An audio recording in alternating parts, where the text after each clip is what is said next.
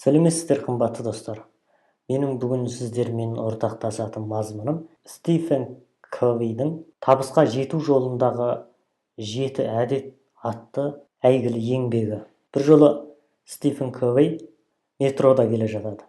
Бір топ бала ерткен бір қарт мосқалдау адамда бұлармен бірге метроға түседі. Метрода балалар бірін-бірі қуып, дүркіреп, олай жүгіріп отырғандардың мазасын әбден алады. Ой үстінде бір нәрсені ойлап тұрған жазушы Стивен Кови де бұл адамға ренжиді. Неге балаларын тимайды, неге бір сөз айтып басқалардың тыныштығына құрмет етуге шақырмайды деп ренжиді. Сонымен ашу үстінде барып әлгі адамға балаларыңызды тыйыңызшы, бір жөніне келтірсеңізші деп ренжіп кейігенін білдіреді. Сонда жаңағы мосқал адам шорт есін жинағандай: "О, кешіріңіз мырза, кешіріңіз. Балаларым сіздердің тыныштықтарыңызды бұзып қойғаны үшін бәріңізден кешірім сұраймын. Бірақ мырза, бұл балалардың шешесі осы жаңа ғана емханада, шипаханада көз жұмған еді. Ал бұл балалар шешеміз ұйықтап жатыр деп әлі мәз-мәйрам болып жүр. Бізді түсінуіңізді үміт етемін" дейді де, жаңа мосқал адам терезеден сыртқа қарап терең күрсініп мұңайып қалады. Сол кезде Стивен Кови қайтадан балаларға қарайды. Қараса, балалардың күлкісі мен жүгірісі бағанағы көзбен қарағандағыдай емес, әлде қайда мағыналы, әлде қайда риясыз, әлде қайда пәк, сондай бір періштелік, сәбилік иісі аңқыған әдемі ойын екенін байқайды. Жаңа ғана осы балаларға шектеу салдыра жаздаған осы қылығына өзі іштей ұялып қалады. Демек, біз әдетте көптеген өмірде осындай жағдайларға ұшырасамыз, бір нәрсенің алдыңғы көрінісіне мән бермеген кезде көптеген қате тұжырымдар, жер мен көктей парықтар шығады. Әрқандай іске кесім жасайтын кезде адам баласы бір түрлі дағды бойынша, әдет бойынша тұжырым жасайды. Сондықтан адамның тағдыры өзінің әдеті арқылы белгіленеді дейтініміз сол. Мысалы, бір профессор бір кластағы оқушыларға мына суреттің кемпірге ұқсаған сызбасын көрсеткен. Және бір кластағыларға жас қызға ұқсаған бейнесін көрсеткен. Сонымен бұл суретті әкеліп классқа қойып, екі кластағыларды шақырып кіргізіп, мына сурет кімге ұқсайды дегенде, жаңағы алдымен кемпірге ұқсатып көрсетілгендер, бұл сурет сөз жоқ кемпірдің суреті деп бой бермеген. Ал жаңа қызға ұқсатып көрсетілгендер, бұл сурет сөз жоқ қыздың суреті деп таласқа түскен. Міне, адамның түбірлі көзқарасы осыдан орасан зор парақталып жатады. Біздің әдеттегі талғам жасауымызда да, кесім жасауымызда да, бір маңызды істерге қол қойып, тұжырымдама жасауымызда да, тәуекел етуімізде де өзіміздің әдетіміз бойынша істейміз. Сондықтан әдетті өзгерту керек. Ал әдет, адамға қалыптасып қалған әдетті өзгерту өте машақатты нәрсе. Өйткені өзгеріс ешқандай бодаусыз, ешқандай қиындықсыз келмейді. Өзгерістің барлығы азапты болады. Бірақ адам өзгере ала ма? Егер қолымда заң законым бар адам болсам, мен адам мінезін өзгертуге болмайды деген кісінің тілін кесер едім дейді ұлы Хаким Абай. Демек, адамның мінезін, оның дағдысын, әдетін өзгертуге болады. Ал адамның әдетін өзгертудегі ең басты қиыншылық қай жерінде? Әдетте ракета ұшқан кезде, аспанға зымыран көтерілген кезде, жерден 5 километр көтерілгенше кететін энергиясы, күш қуаты одан кейінгі 50 шақырымға, 50 километрға кететін энергиясымен қарайлас болады. Демек, бір дағдыдан, әдеттен алдымен сол шеңберден шығу ең қиын. Ал бір басқа 5 күн, 10 күнге шыдап шығып кетсеңіз, одан кейінгі жақсы дағды өзіңіздің әдетіңізге айналып қалады. Міне бұл экономистердің 21 күндік қағидасы. Егер сіз бір жақсы әдет қалыптастырып, мысалы күніне кітап оқитын, телефонның орнына кітап оқитын бір жақсы әдет қалыптастырып 21 күн бойы жалғастырсаңыз, 21 күннен кейін ол сіздің өзіңіздің кәдімгі әдетіңізге айналып кетеді. Оны ешқандай зорланусыз, ешқандай мәжбүрлеусіз жалғастыра беретін деңгейге жетіп аласыз. Міне бұл көптеген табыскерлердің құпиясы, оның басқалардан өзгешелігі оның жақсы әдетінде екендігін білдіреді. Бір ауыз сөзден адамның бір әрекеті қалыптасады. Бір ауыз сөзінен. Ал бір әрекетінен, күнделікті қайталанған әрекетінен әдеті қалыптасады. Ал әдет мінезді қалыптастырады, мінез тағдырды қалыптастырады. Сондықтан бүкіл адамдардың адаммен парқы оның тұрмыс әдетінде жатыр. Оның ойлану әдетінде, ойлану формасында жатыр. Енді бұл кітапта өте маңызды бір нәрсені айтады. Ол адамның өзін өзі активтендіруі, өзін өзі белсенді өмір сүруге бейімдеу. Бұл қалай сөз? Белсенді өмір сүру дегеніміз ешқашан бұрынғы қарабайыр айтылымдардағы сияқты бір нәрсеге алқын-жұлқын жүгіру, тез-тез кірісу дегенді меңземейді. Ол қайта рухани тәуелсіздік. Біз тәуелсіз елде жасап жатқанымызбен жан дүниеміз тәуелсіз болмаса, онда біз нақтылы дербестікке жете алмаймыз. Нақтылы адамдық дербестікке жете алмаймыз. Дүниеде 90% адамның рухани дүниесі тәуелді. Сондықтан көп адам кедейліктен, материалдық тәуелділіктен де айырыла алмай қалып жатады. Бұл туралы Стивен Ковей өте тамаша айтып кеткен. Енді Стивен Ковей туралында айтатын болсам, бұл Американың тарихына әсер еткен 25 қайраткердің бірі, 25 ойшылдың бірі. Ресей Федерациясының президенті Путиннің өзі, шіркін Ресейде неге осы сияқты азаматтар мол болмайды екен деп қызықтап бұл кісінің парасатына тамсанған екен.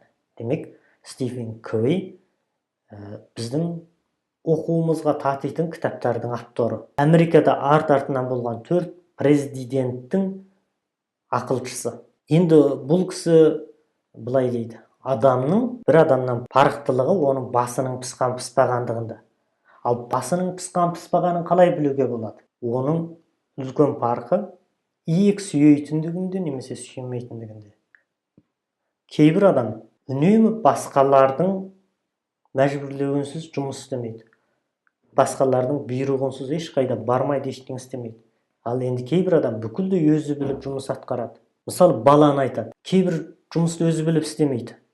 Оны әке-шешем бұл істі істеуге бұйырмады, немесе әке-шешем мынандай шарт жағдай даярламады, сондықтан мен бұны істемеймін деп ойлайды. Міне бұл баланың ойлау формасы.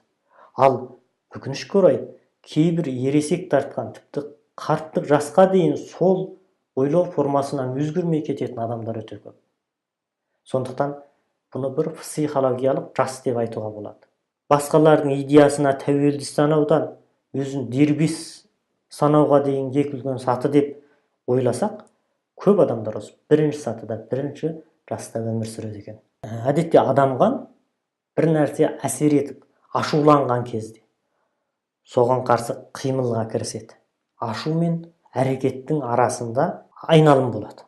Мысалы, көп адам мен ондай емеспін, мен өз ашуымды меңгере аламын, мен және де активпін, мен өзім өміріме белсендімін деп қарайды. Мысалы, егер сіз тауда келе жатқанда аяғыңызды бір жылан шағып ап тұра кеп қашса, не істейсіз? Кейбір адамдар дереу жыланды қуады, дереу жыланды өлтіруге тырысады, өшін алуға тырысады. Ал кейбір адам дереу отыра қалып қанды сорып, дереу уытты кетіруге, өзін құтқаруға тырысады. Бұл үлкен парқ, адамдар арасындағы үлкен парқ. Өмірде де осындай нәрселер өте көп. Сізді шағып өте шығатын, сізге зиянын тигізетін нәрселер өте көп. Сонда сіз қалай талғам жасайсыз? Жолда тұп-тура өз көлігіңізбен келе жатқанда біреу кеп соқтығып өте шықты. Артынан қууыңыз керек па? Оны да қысып кетуді ойлап, оған да қарсы шабуыл өтуіңіз керек па? Жоқ, әлде өз жөніңізбен және де байсалдылықпен қалпыңызды бұзбай кете беруіңіз керек. Белсенділік дегеніміз, активдік дегеніміз сондай бір оқыс соққылар келген кезде, әділетсіздіктер болған кезде және де өзіңізде талғам кеңістігін қалдыру. Біреудің соққысына бола өзіңіздің әрекетіңізді бүкілдей өзгертіп жібермеу. Сондай эрекциямен, сондай ашу ызамен өзіңіздің әрекетіңіз арасындағы кеңістікті өзіңіз пайдалану. Бұның атқару құқығын басқа біреуге беріп қоймау. Міне бұл үлкен маңызды нәрсе. Мысалы, бала кезімізде, жас кезімізде, немесе қазіргі балаларда бір ұстаз көңіліне жақпаса, бір апай көңіліне жақпаса, сол сабақты қалдырып қояды, қарамай қояды. Міне бұл да басқа біреудің қателігі арқылы өзін жазалау әрекет. Қарасаңыз, өмірде өте көп. Кейбір адамдар мәңгі бақи әке шешесін жамандайды. Менің әке шешем сол кезде оқытпаған, сол кезде керемет университеттерден оқытқанда, көп ақша бергенде мен пәленбай болар едім, маған мұндай көмек көрсеткенде мен басқалардан асып түсер едім деп, мәңгі әке шешесіне өкпелі болып жатады. Бірақ соған бола өзін өмір бойы солардың қателігін дәлелдеу үшін өз тұрмысын ойрандап өтуге бола ма? Кішкентай әрекеттен, ашу ызадағы қайтарымды реакциядан бастап, адамдардың өмір сүру көзқарасына дейін, өшпенділік пен кек тұрғысына дейін үлкен әсер ететін психологиялық жауап қайтару заңдылығы. Әдетте көп адамдар өзі қалыптастырған бір әдеттерді, жаман әдет болсын, жақсы әдет болсын, үш түрлі сылтауға теңейді.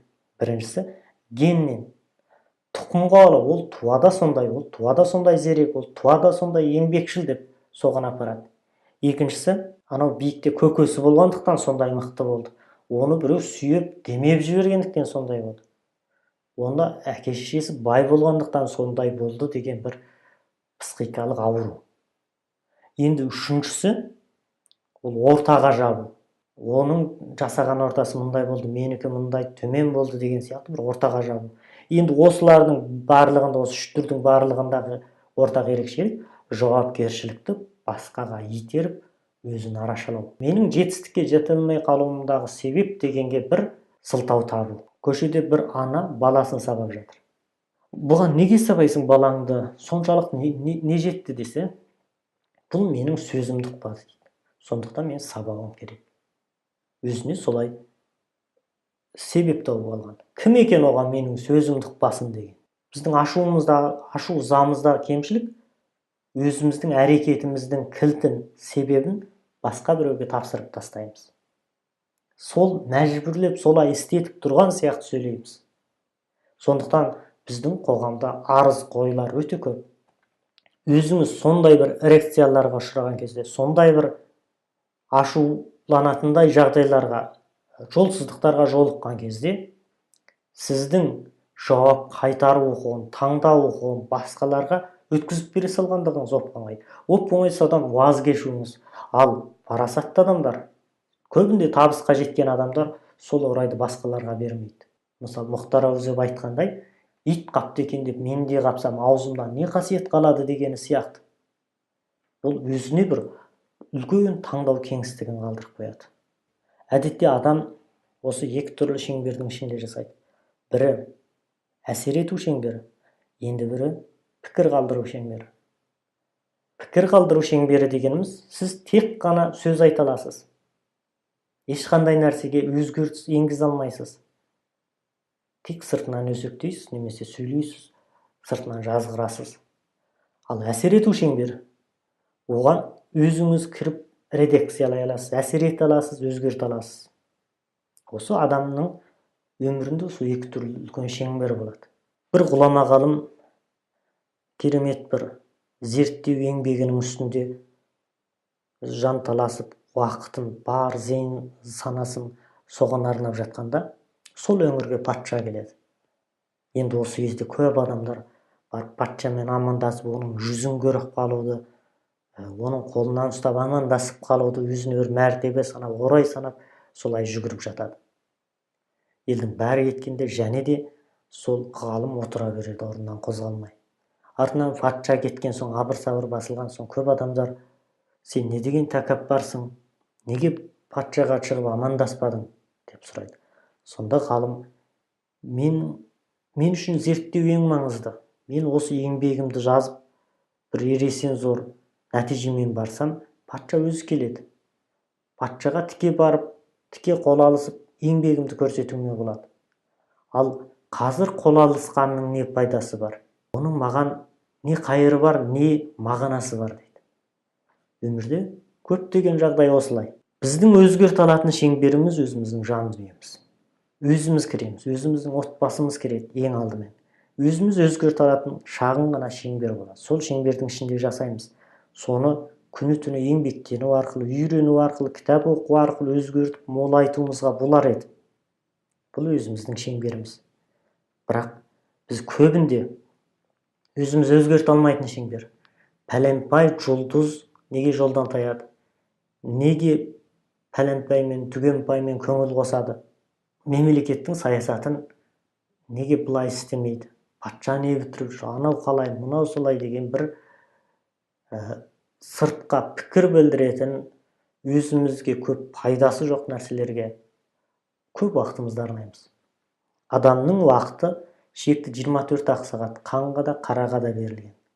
Ал адамның ең үлкен парқы осы 24 сағатты неге пайдаланатындығында. Табысқа жететін адам осы 24 сағаттың ұйқыдан басқа бөлігін бүкілдей өзі әсер ете алатын шеңберді үлкейтуге арнайды. Өзінің жұмысын дамытуға, өзінің жан дүниесін молайтуға, өзі әсер ете алатын бір нәрселерді өзгертуге арнайды. Сол арқылы өзінің әсер ете алатын ауқымы, шеңбері үлкейе береді. Ал басқа адамдар болса, өзі жауап қалдыра алатын шеңберге барлық уақытын арнайды. Оған өзі ешбір әсер ете алып жатқан жоқ, бірақ пікір білдіреді. Бүкіл назары өсек аяңда, бүкіл назары ағымдағы істерде, бүкіл назары сондай айғай-шуда жүреді. Ақтер, көктер болып соған жазады, интернетте отырады, соның әнін әндеп, жырын жырлап, жаңа 24 сағаттың 2-ден 1-ін, 3-ден 1-ін соған арнап жүргеннен кейін, өзінің өзгертуге болатын кеңістігі тарая түседі. Өзін өзгерте алатын шеңбер кішірейе түседі. Не бұл?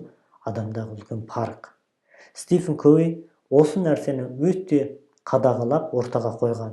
Қазақта мынадай бір керемет сөз бар. Құдай, өз қолымнан келетінге талпынатын қуат бер. Өз қолымнан келмейтінге сарпалданға түспейтін сабыр бер. Және осы екеуін парықтай алатын парасат бер деген екен.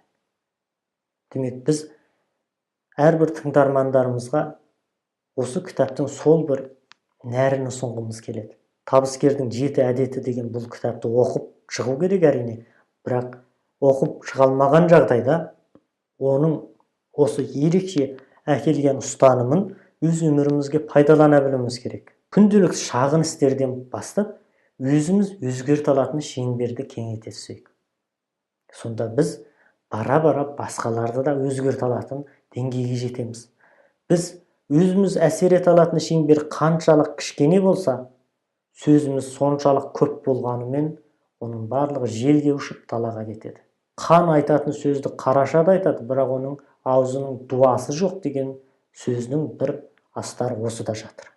Сонымен сіздерге Стивен Ковидің бұл шығармасындағы өте маңызды бір идеяны ұсынып отырмын. Егер қаласаңыздар, ары қарай жалғастырып, келергі лекцияларымызды да тіпті де толықтап, тіпті де кемелдендіріп жеткізе түсетін боламыз. Сау болыңыздар.